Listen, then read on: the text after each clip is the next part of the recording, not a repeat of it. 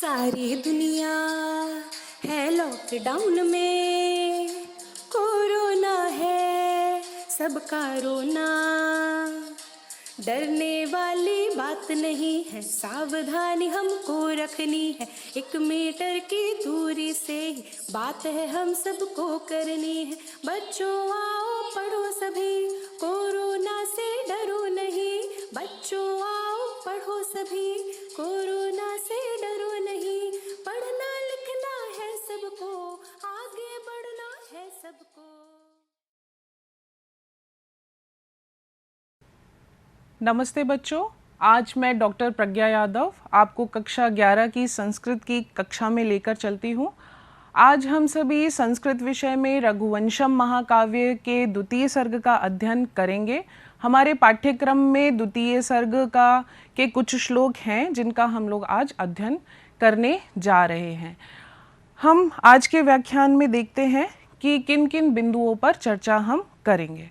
सर्वप्रथम काव्य का सामान्य परिचय आपको बताया जाएगा।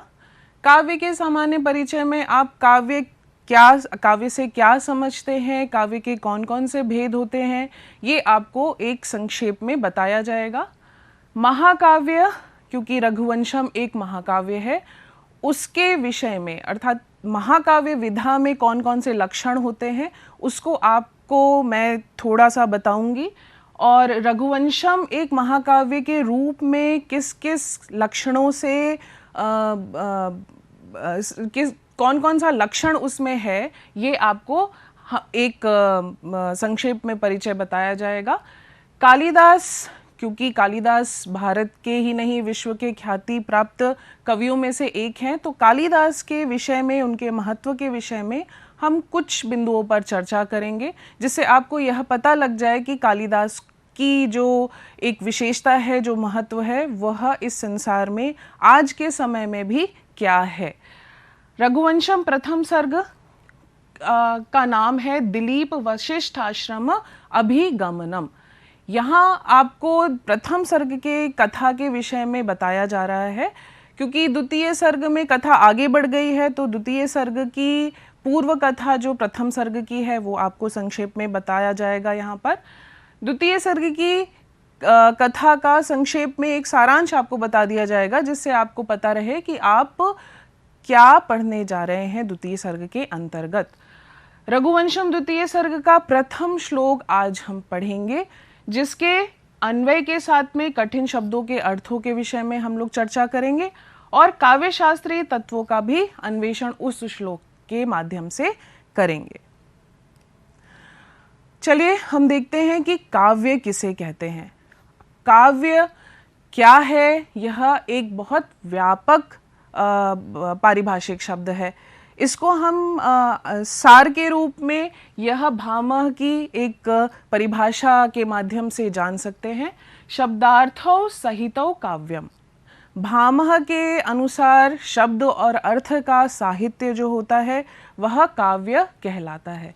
यह एक बहुत व्यापक परिभाषा है, क्योंकि शब्द और अर्थ का साथ साथ होना तो एक साधारण भाषा में भी होता है, लेकिन इसको और अधिक स्पष्ट किया गया है परवर्ती आचार्यों ने, जिन्होंने साहित्य किस प्रकार का होना चाहिए, जिसकी मनोहारिणी अवस्थिति हो, मतलब शब्द और अर्थ इस प्रकार से उस काव्य में हो जिसके माध्यम से यदि पाठक पढ़े तो उसको बड़ा ही आनंद प्राप्त हो। ये साधारण भाषा में कहा जा सकता है। और इस काव्य में जो भेद होते हैं वह आपके समक्ष दिख रहे हैं। देखिए, काव्य के 2 भेद आपको यहाँ पे दिखाए जा रहे हैं, जो एक श्रव्य काव्य और दृश्य काव्य के रूप में आप यहाँ पर देख पा रहे हैं। श्रव्य काव्य, जिस प्रकार से नाम से ही आपको स्पष्ट हो रहा है कि श्रव्य काव्य जो होता है वह श्रवण के माध्यम से आह्लादित करता है, अर्थात जिसको हम पढ़कर सुनकर इस प्रकार से हम आनंद प्राप्त करें, वह काव्य श्रव्य काव्य होता है। दृश्य काव्य में आपने देखकर आप जिससे प्रसन्न होते हैं, जो आपको चमत्कारपूर्ण लगता है, जिससे आपको बहुत मनोरंजन होता है, आह्लाद मिलता है, वह दृश्य काव्य कहलाता है। तो दृश्य काव्य में आपके पाठ्यक्रम में अभिज्ञान शाकुंतलम यह नाटक है, तो इसलिए मैंने यहाँ पर लिखा है। श्रव्य काव्य, क्योंकि हम महाकाव्य पढ़ रहे हैं और महाकाव्य काव्य में कहाँ पर स्थित होता है, इसके लिए हम श्रव्य काव्य को और अधिक विभाजित करते हैं। और आप देखेंगे कि श्रव्य काव्य के गद्य, पद्य और मिश्र यह 3 मुख्य रूप से भाग बताए गए हैं। इनको और अधिक हम देखते हैं। देखिए, श्रव्य काव्य गद्य, पद्य और मिश्र काव्य के रूप में 3 प्रकार का है। और गद्य में आपने देखा कि कथा और आख्यायिका, यह गद्य की 2 विधाएं हैं, जिसमें कथा में आपके पाठ्यक्रम में कादंबरी कथा का एक छोटा सा भाग है, चंद्रापीठ कथा, उसको आप पढ़ेंगे और इस विधा से आपका परिचय होगा। कथा के अलावा गद्य में आख्यायिका आती हैं। आख्यायिका ऐतिहासिक होती है। आख्यायिका और कथा में कुछ मौलिक अंतर होते हैं जो आपको कथा के समय पढ़ाते समय आपको बताया जाएगा। यह कवि कल्पित है, यह ऐतिहासिक है और विभिन्न प्रकार के अंतर हैं, उसको विस्तार से आपको उसी समय बताए जाएंगे।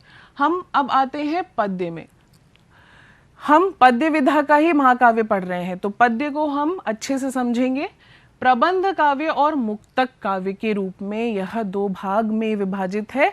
प्रबंध अर्थात जहाँ पर जो कथा है वह निरंतर चल रही है, उस पूरे काव्य में वहाँ पर निरंतरता बनी हुई है। मुक्तक का मतलब हुआ स्वच्छंद रूप से जो रचना की जाए, अर्थात एक श्लोक का प्रसंग अलग हो सकता है, दूसरे श्लोक का प्रसंग अलग हो सकता है, तो मुक्तक शैली का यह सामान्य लक्षण होता है। प्रबंध काव्य में महाकाव्य आता है। देखिए, आपके रघुवंशम महाकाव्य यह प्रबंध काव्य का एक भाग है। इसमें महाकाव्य और खंड काव्य आते हैं। खंड काव्य, महाकाव्य में भी 2 भेद आपको दिखाई पड़ रहे हैं, जिसमें एक जगह लिखा है ऐतिहासिक और एक लौकिक महाकाव्य। ऐतिहासिक महाकाव्य और लौकिक महाकाव्य। ऐतिहासिक महाकाव्य में हम लोग रामायण और महाभारत को रख देते हैं, और यह जो रघुवंशम है वह लौकिक महाकाव्य का एक उदाहरण है जिसे हम पढ़ने जा रहे हैं। मिश्र काव्य को आप देख लीजिए संक्षेप में। मिश्र जैसे मिश्रित, अर्थात गद्य विधा भी मिलेगी, पद्य विधा भी मिलेगी, दोनों विधाएं मिश्र काव्य में मिलेंगी। और उसी का एक नाम है चंपू काव्य, उसकी श्रेणी में चंपू काव्य आता है। यह सामान्य रूप से श्रव्य काव्य का विभाजन आप देख पा रहे हैं। महाकाव्य हमने देखा, प्रबंध काव्य में महाकाव्य विधा आती है। तो महाकाव्य में कौन कौन से लक्षण होते हैं, किन लक्षणों के आधार पर हम एक रचना को महाकाव्य कहते हैं, इसके विषय में संक्षेप में साधारण रूप से जान लेते हैं। देखिए, इसमें इन्होंने बताया, इसका लक्षण है कथानक इसका ऐतिहासिक या किसी सज्जन व्यक्ति से संबद्ध होता है। कथानक का अर्थ हुआ उसकी जो आख्यान चल रहा है, जो उसकी कहानी है। नायक, उसका जो नायक होगा वो देवता होगा, कुलीन क्षत्रिय होगा, एक वंशज कुलीन व्यक्ति से संबद्ध होता है। एक वंश के बहुत सारे कुलीन व्यक्तियों से भी संबद्ध होता है महाकाव्य। महाकाव्य का जो नामकरण है वह कवि, कथानक, नायक अथवा प्रतिनायक के नाम पर होता है। कवि के नाम पर महाकाव्य का नाम हो सकता है, कथानक के आधार पर भी रखा जाता है, नायक और प्रतिनायक अर्थात खलनायक के नाम पर भी उसका नामकरण हो सकता है। प्रारंभ में मंगलाचरण होता है। आप यह पहले से जानते हैं कि संस्कृत साहित्य परंपरा में कवि मंगलाचरण का प्रयोग अवश्य करते हैं, और यह मंगलाचरण उनकी ग्रंथ समाप्ति में कोई बाधा ना आए इसके लिए वह करते हैं, जो नमस्क्रियात्मक भी होता है और कथानक के विषय में बताने वाला भी होता है और देवस्तुति वाला भी होता है। तो इस प्रकार से मंगलाचरण की जो परंपरा है वो संस्कृत साहित्य में मिलती है। तो यहाँ पर भी प्रारंभ में मंगलाचरण होता है। 8 सर्ग से अधिक में विभक्त होता है। इनकी जो कहानियाँ अलग अलग विभक्त हैं, इनका जो जिस प्रकार से नाटक अंकों में विभाजित होता है, उसी प्रकार से यह जो महाकाव्य है वो सर्ग में विभाजित है। और यह जो सर्ग है वो 8 से अधिक होने चाहिए, इससे कम नहीं होने चाहिए। सर्गों के भी जो नाम होते हैं वह उस सर्ग की जो कथानक होता है उसके आधार पर रखे जाते हैं।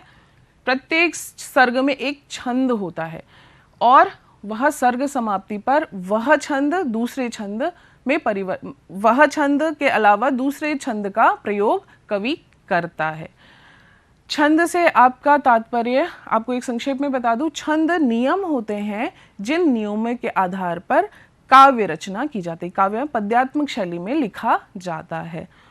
इसके कुछ छंदों के कुछ उदाहरण हैं, जैसे आप रघुवंशम के द्वितीय सर्ग में उपजाति छंद को देखेंगे, उसमें कितनी मात्राएं हैं, कितने अक्षर हैं, यह छंद होते हैं। शार्दूल विक्रीडित का नाम आपने सुना होगा, और इस प्रकार से बहुत सारे छंद हैं। तो इन छंदों का प्रयोग एक सर्ग में एक ही छंद प्रयोग किया जाता है और सर्ग समाप्ति पर कवि दूसरे छंद का प्रयोग करता है, और सर्ग के अंत में जो भावी घटना होने वाली है उसका थोड़ा सा संकेत दे देता है। श्रृंगार रस, वीर रस और शांत रस यह प्रमुख रस होते हैं महाकाव्य के, और जिसमें अन्य रस जो है वह सहायता प्रदान करते हैं उनको उनकी परिपक्वता में। चतुर्वर्ग का वर्णन किया जाता है, धर्म अर्थ काम मोक्ष, इन चारों वर्गों का वर्णन किया जाता है महाकाव्य में। रघुवंशम किस प्रकार से महाकाव्य के लक्षणों से परिपूर्ण है यह हम देखते हैं। राम के वंश का वर्णन यहाँ किया जा रहा है। आपने देखा था कथानक जो होगा वो कुलीन व्यक्ति से संबंधित है, तो राम के वंश का वर्णन किया गया है, जिसमें वैवस्वत मनुवंशीय राजा दिलीप प्रभृति, दिलीप से लेकर 31 राजाओं के जीवन का वर्णन किया गया है। यह 19 सर्गों में विभक्त है। इसका प्रधान रस वीर रस है। अन्य अंगी रस में करुण, श्रृंगार, शांत, अद्भुत और विभत्स इत्यादि आ जाते हैं। 21 प्रकार के छंदों का प्रयोग किया गया है और प्रत्येक सर्ग में अलग अलग छंद हैं। आप द्वितीय सर्ग में देखेंगे जिस प्रकार से कथानक जो है वह ऐतिहासिक है। देखिए, महाकाव्य के लक्षणों में जो लक्षण समाहित थे वह रघुवंशम में भी घटित हो रहे हैं, और इसमें वागर्थाविव से एक मंगलाचरण के माध्यम से यह महाकाव्य प्रारंभ किया गया है। तो इस चर्चा के बाद में हम एक बार कालिदास को एक दृष्टि में देख लें, तो इससे होगा क्या कि कालिदास के महत्व के विषय में हमको एक बार जानकारी मिलेगी, और कालिदास के समय से हमको उनके रचनाओं में जो भाषा शैलीगत प्रभाव हैं समाज के, यह भी दृष्टिगोचर होंगे। तो कालिदास के विषय में हम उनके समय निर्धारण को देखेंगे, और परवर्ती आचार्यों के द्वारा जो उनकी प्रशस्तियाँ की गई हैं, इन प्रशस्तियों के माध्यम से उसका हम उनके काव्य शैली की जो विशेषताएं हैं इन पर हम लोग एक बार दृष्टि डालेंगे। समय निर्धारण के लिए इनका समय निर्धारित होता है ईसा पूर्व प्रथम शताब्दी से लेकर छठी शताब्दी पर्यंत। छठी शताब्दी, अब यह जो समय निर्धारण की जो विधि है वह अंतः साक्ष्य और बहिर् साक्ष्यों के आधार पर है, क्योंकि कालिदास ने स्वयं के लिए अपने ग्रंथों में कुछ भी नहीं लिखा है, अपना परिचय नहीं दिया है। इनके विषय में विभिन्न प्रकार की किंवदंतियां भी प्रचलित हैं, बहुत सारी कथाएं हैं, लेकिन जो हमको अंतः साक्ष्य अर्थात इनके स्वयं के लिखित ग्रंथों के अंदर कुछ संकेत मिलते हैं समय के, और बहिर्साक्ष्य अर्थात कुछ शिलालेख हैं, परवर्ती आचार्य हैं, उन्होंने इनका नाम उल्लेख किया है, तो उस आधार पे हम इनका समय निर्धारित करते हैं। इन्होंने मालविकाग्निमित्रम नामक एक नाटक लिखा, जिसमें अग्निमित्र, जिसको कहा जाता है पुष्यमित्र, शुंग का पुत्र था। ईसा पूर्व प्रथम शताब्दी उसका समय है, तो ईसा पूर्व प्रथम शताब्दी समय इसलिए इनका निर्धारित किया गया है, इनकी जो सीमा है, और जो अपर सीमा है वो छठी शताब्दी पर्यंत की गई है, क्योंकि मंदसौर के शिलालेख में इनकी भाषा शैली का प्रभाव आता है, तो भाषा शैली का प्रभाव देखा गया कालिदास का। और 7वीं शताब्दी में ऐहोल का शिलालेख मिला था जिसमें कालिदास का नाम आया है। तो इन साक्ष्यों के आधार पे कालिदास का हम समय निर्धारित ईसा पूर्व प्रथम शताब्दी से लेकर 6ठी शताब्दी पर्यंत कर सकते हैं। परवर्ती आचार्यों ने इनके महत्व को अपनी लेखनी के माध्यम से बताया, जिसमें उपमा कालिदासस्य बहुत प्रसिद्ध है। कालिदास की उपमा बेजोड़ है, यह इसका अर्थ होता है। और उपमा के विभिन्न उदाहरण, विभिन्न सुंदर उदाहरण आपको रघुवंशम महाकाव्य में जब आप अध्ययन अभी प्रारंभ कर रहे हैं उसमें मिलेंगे। कुछ उदाहरण आपको पहले देती हूँ। आप पढ़ेंगे, दिन क्षपा मध्य गतेव संध्या। यह सुदक्षिणा जो राजा दिलीप की पत्नी है, और एक दृश्य का उन्होंने बड़ी सुंदर उपमा दी है। जैसे दिन और रात के बीच में संध्या सुशोभित होती है, उसी प्रकार नंदिनी गो और राजा दिलीप के बीच में सुदक्षिणा सुशोभित हो रही थी। इस प्रकार से सुंदर उपमा आपने एक उपमाएं आप लोग देखेंगे। और एक और उपमा पढ़ेंगे, श्रुतेरिवार्थम स्मृत्य अन्वगच्छत। श्रुति के अर्थों का जिस प्रकार स्मृति अनुगमन करती हैं, वैसे ही सुदक्षिणा उस नंदिनी गाय के पीछे पीछे तक चली। ये सुंदर उपमाएं कालिदास की विशेषता है, और हाँ, परवर्ती आचार्यों ने भी यहाँ तक कहा गया है। जयदेव ने कवि कुलगुरु कहा, कवियों के कुल के वरिष्ठ कवि कहा जयदेव ने। कुमारिल भट्ट ने ये पुरा कवि नाम गणना प्रसंगे कनिष्ठिकाधिष्ठित कालिदासः तत्तुल्य कवेर भावा दनामिका सार्थवती बभूव। यह कालिदास की विशेषता ही है, उनकी गरिमा है, जो कुमारिल भट्ट ने यहाँ पर इस श्लोक के माध्यम से बताई कि प्राचीन कवियों की जब गणना की जाती है तो कनिष्ठिका पर अर्थात यह उंगली जो है जहाँ से गिनती शुरू होती है वहाँ पर कालिदास का नाम आ जाता है, और उसके बाद उस स्तर के कवियों की कमी होने के कारण अनामिका, जिसका नाम अनामिका है अर्थात नामहीन है, अनामिका अपने नाम के लिए सार्थवती बभूव, सार्थक यह नाम अनामिका का प्रतीत होता है। यह उन्होंने बड़ी सुंदर उनकी विशेषता, उनका महत्व बताया। बाणभट्ट ने भी यहाँ लिखा उनके विषय में, निर्गता सुनवा कस्य कालिदासस्य सूक्तिषु प्रीतिर मधुर सार्द्रासु मंजरीष्विव जायते।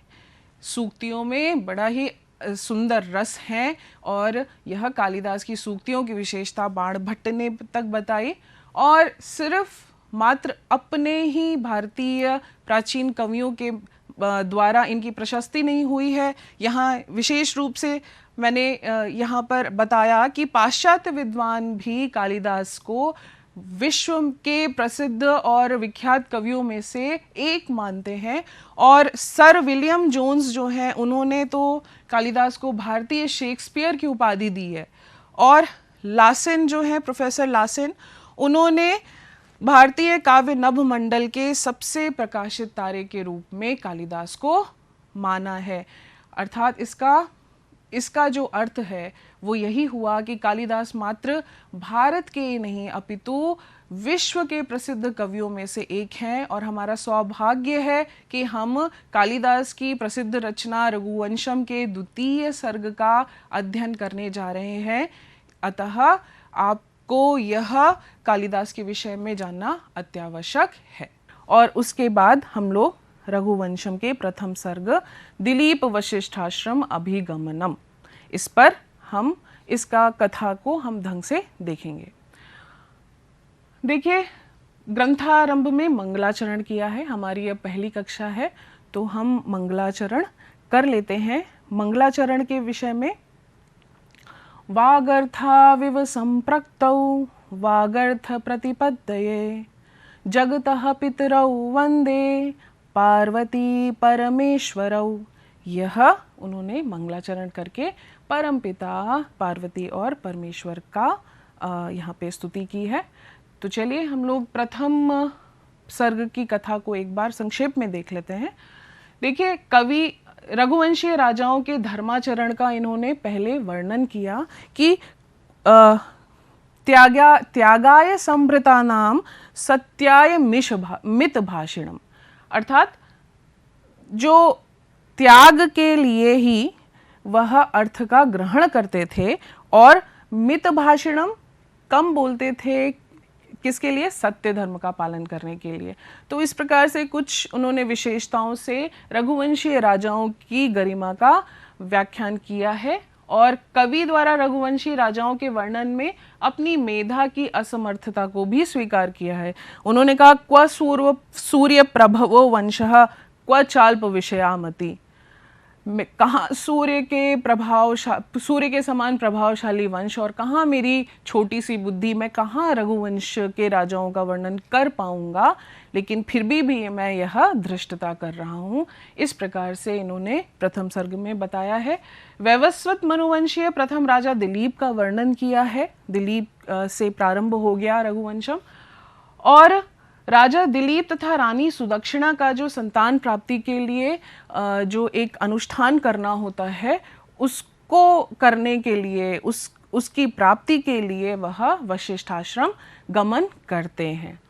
वशिष्ठ आश्रम में जाकर वशिष्ठ ऋषि उनको अभी तक संतान क्यों नहीं हुई, इसका कारण भी बताते हैं कि राजा दिलीप जब स्वर्ग से वापस आ रहे थे तो कल्प वृक्ष के नीचे कामधेनु बैठी हुई थी, लेकिन राजा ने अपने पत्नी के पास जाना ज़्यादा महत्वपूर्ण समझा और कामधेनु का आदर नहीं किया, उनकी पूजा नहीं की, इसलिए कामधेनु उनसे नाराज हो गई और इसलिए उनकी अभी तक संतान नहीं हो रही है। और इस समय तो कामधेनु जो है वो पाताल लोक में है, इसलिए आप इनकी जो पुत्री है नंदिनी गाय, उनकी सेवा करेंगे तो वह भी आपको अगर वर दे देंगी तो आपको पुत्र प्राप्ति हो जाएगी। इस प्रकार से राजा दिलीप को यह उपाय उन्होंने बताया। राजा दिलीप ने यह उपाय सुनकर वहीं पर रहने का निश्चय किया। रानी सुदक्षिणा और राजा दिलीप दोनों वशिष्ठ आश्रम में रुक जाते हैं और एक रात बिताते हैं और सुबह उठकर सेवा परायणता में लग जाते हैं। यहाँ तक प्रथम सर्ग की कथा थी। द्वितीय सर्ग का सार भी हम आज देखेंगे। देखिए, द्वितीय सर्ग में जो हुआ वो आपको संक्षिप्त रूप में बता दिया जाए। आश्रम में रहते हुए पति पत्नी राजा दिलीप ने 21 दिन तक गो सेवा में अपने आप को संलग्न रखा।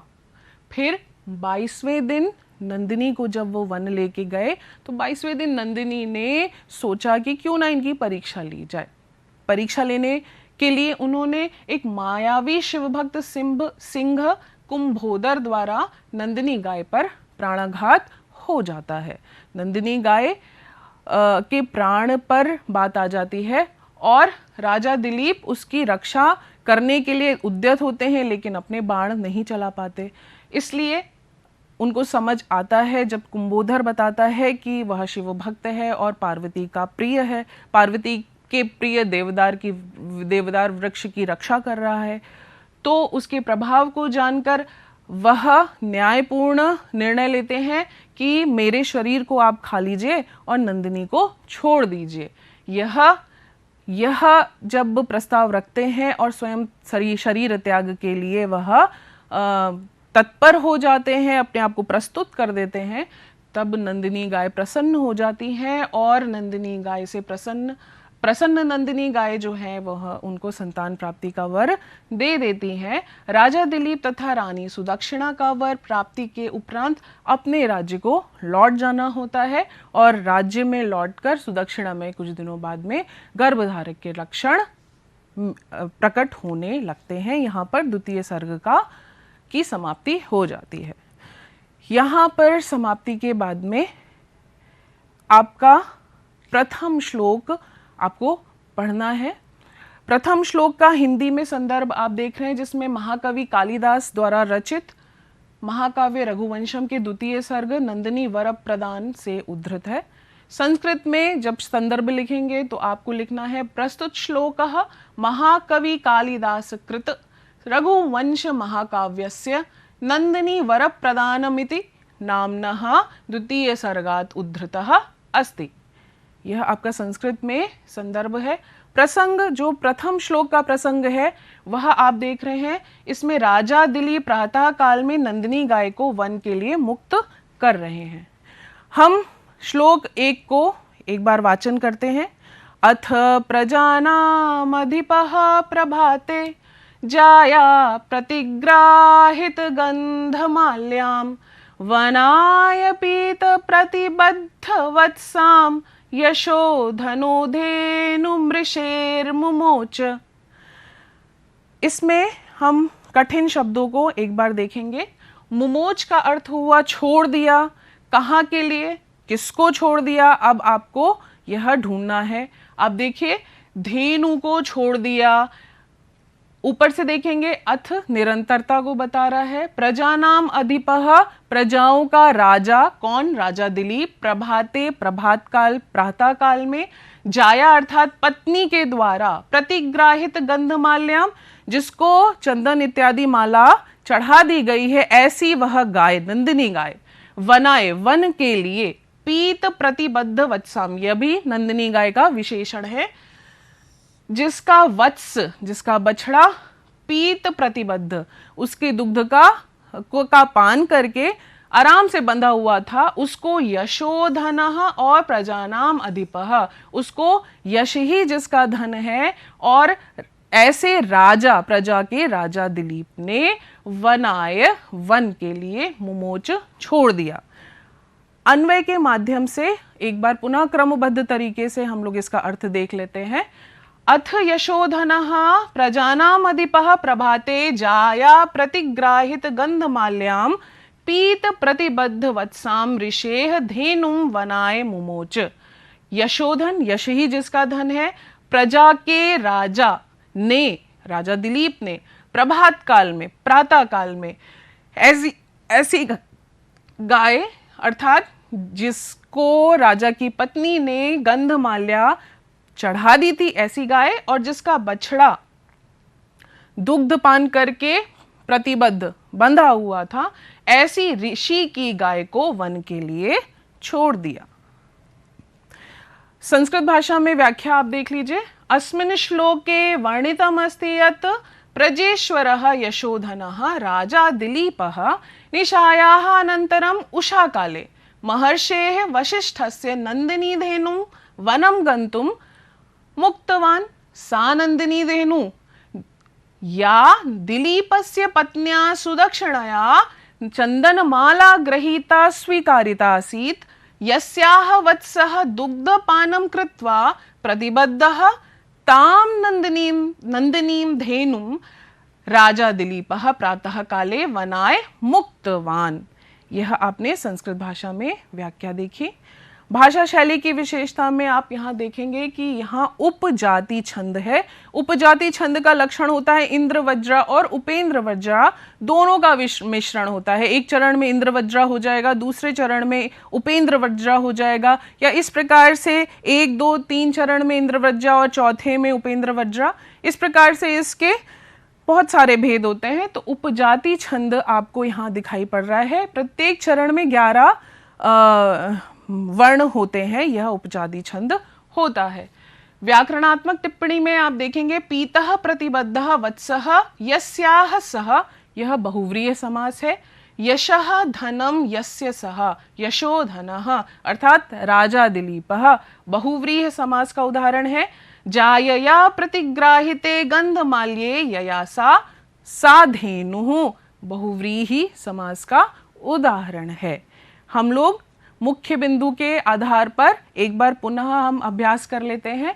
कह धेनु वनाय मुमोच, किसने धेनु को वन के लिए छोड़ा? राजा दिलीपः। नंदिनी कस्य धेनुः आसीत्? महर्षि वसिष्ठस्य धेनुः आसीत्। यशोधनः तथा प्रजानाम अधिपः कस्य कृते प्रयुक्तः? यश ही जिसका धन है और प्रजा का राजा किसके लिए प्रयुक्त हुआ है? राजा दिलीपस्य कृते प्रयुक्तः। पीत प्रतिबद्ध वत्सा का, जिसका बछड़ा जो बंध गया था दुग्धपान करके, वो ऐसी गाय कौन है? नंदिनी धेनु। और किस काल में? कस्मिन काले राजा धेनु मुमोच, कौन से काल में राजा ने धेनु को छोड़ा प्रभाते। आपने ये अभ्यास देखा। अभ्यास के लिए आप सभी को पठित श्लोक का सस्वर वाचन जिस प्रकार से उपजाति छंद का यहाँ किया गया उसको आपको करना है, अभ्यास करना है। पीत प्रतिबद्ध वत्सा किसका विशेषण है, जो अभी पढ़ाया गया था वो आपको बताना है। श्लोक में आए हुए बहुव्रीहि समास, आपने व्याकरणात्मक टिप्पणी में देखा बहुव्रीहि समास के उदाहरण, उनको लिखना है। तो यह आपका अभ्यास प्रश्न था और इस अभ्यास प्रश्न के साथ में यह कक्षा समाप्त करती हूँ। और यदि इस कक्षा में कुछ समस्याएं हैं, इससे संबंधित प्रश्न है, यह आप इसकी पाठ्य सामग्री भी दीक्षा पोर्टल पर उपलब्ध है। आप उसको गूगल प्ले स्टोर या iOS से डाउनलोड कर सकते हैं। और आप इस वीडियो को पुनः देखने के लिए उत्तर प्रदेश माध्यमिक शिक्षा विभाग के YouTube चैनल को सब्सक्राइब कर लीजिए, उसमें आपको यह वीडियो मिल जाएगा। अगली कक्षा में पुनः मिलेंगे, तब तक के लिए नमस्कार।